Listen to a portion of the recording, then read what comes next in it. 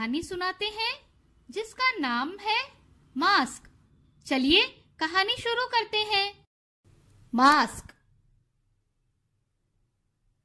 ये अच्छा नहीं है। अब कोई नहीं पहचान पाएगा ये मैं हूं। हेलो नसीम, तुम बहुत अच्छे लग रहे हो नसीम। हाय नसीम, तुम अपने जैसा एक मास्क मुझे भी दोगे? उफ नहीं, हर एक जान गया ये मैं था। तुम्हारी वजह से। तुमने मास्क नहीं पहना था। उम्मीद है आपको ये कहानी पसंद आई होगी।